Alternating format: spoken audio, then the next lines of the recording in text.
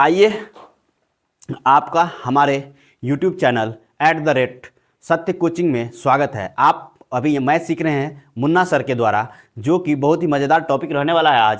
आज हम त्रिकोणमिति के अनुप्रयोग से एक क्वेश्चन लाए हैं, जिसे आप कैसे चुटकियों में या यूँ कहें कि सेकंडों में कैसे आप इसको हल कर सकते हैं। उसके लिए आप हमारे साथ जुड़िए। और जो बच्चे अभी तक हमारे चैनल को सब्सक्राइब नहीं किए हैं, लाइक नहीं किए हैं, वो हमारे चैनल को सब्सक्राइब कर लेंगे, बेल आइकन को दबा लेंगे कि जब भी हमारा वीडियो आए तो आप लोगों को नोटिस मिल जाए। चलिए, एक क्वेश्चन के माध्यम से हम इस आपको समझाने का कोशिश कर रहे हैं कि ये क्या है। उससे पहले एक हम थोड़ा सा ट्रिक दे रहे हैं कि उस ट्रिक को आप समझिए, फिर हम क्वेश्चन को देखेंगे। कह रहे हैं कि अभी तक हम लोग त्रिकोणमिति में जो पढ़े हैं तो पढ़े हुए हैं कि tan थीटा का मान, या tan थीटा का मान होता है लंब बटा आधार, और जब थीटा का मान दिया हो 60 डिग्री तो इसका मान हो जाता है √3, और नीचे में कुछ नहीं है तो हम क्या लिख दिए हैं, 1 लिख दिए हैं। इतना आप समझ रहे हैं। तो यहाँ लंब बराबर क्या हो जाएगा, इस कंडीशन में ये लंब हो जाएगा तो ये हो जाएगा क्या, √3, और ये आधार हो जाएगा तो आधार क्या हो जाएगा इसका 1।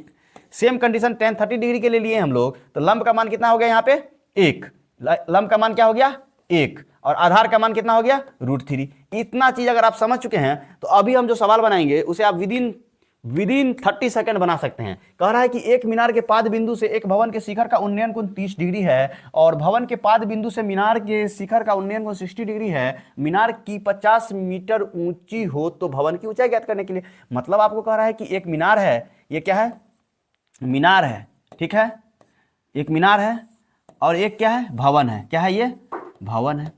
अब इसका क्या दे रखा है बाबू, तो दे रखा है ये 50 मीटर ऊंचा है, दे रखा है। कह रहा है यहां से जो कोण बनता है, तो कह रहा है एक मीनार के पाद बिंदु, मतलब जहां पे पांव है वहां से एक भवन की शिखर का उन्नयन कोण कितना डिग्री बनता है, तो 30 डिग्री बनता है। देखिए ये वाला फिगर बन रहा है। अब कह रहा है दूसरा कि भवन के पाद बिंदु से, मतलब भवन के पाद बिंदु से मीनार के शिखर पर एक कोण बनता है, वो कितना डिग्री का है, 60 डिग्री का है। अब आप सब क्या कीजिए, इसको आप छोड़ दीजिए, आप नया सिरा से आप इसमें लिखिए। क्या लिखिए, इसको हम रेड करते हैं, इसको हम येलो करते हैं। आइए अब देखिए, अब आप समझिए यहाँ पे क्या है कि आपको जो है सो 30 का मान कितना दे रखा है आधार में, 30 का मान आधार में दे रखा है √3, ठीक है, और 30 का लंब कितना दे रखा है, तो इसका लंब क्या होगा, इसका सामने वाला, तो 1 होगा। इतना से आप लोग सहमत हैं, ठीक है। अब इसका देखिए 30 डिग्री और 60 डिग्री का आधार क्या दे रखा है बाबू, 1। 60 डिग्री का आधार कितना दे रखा है, 1। अब इसका लंब क्या दे रखा है, तो 60 डिग्री सामने वाला लंब होगा, तो लंब का मान क्या दे रखा है, √3।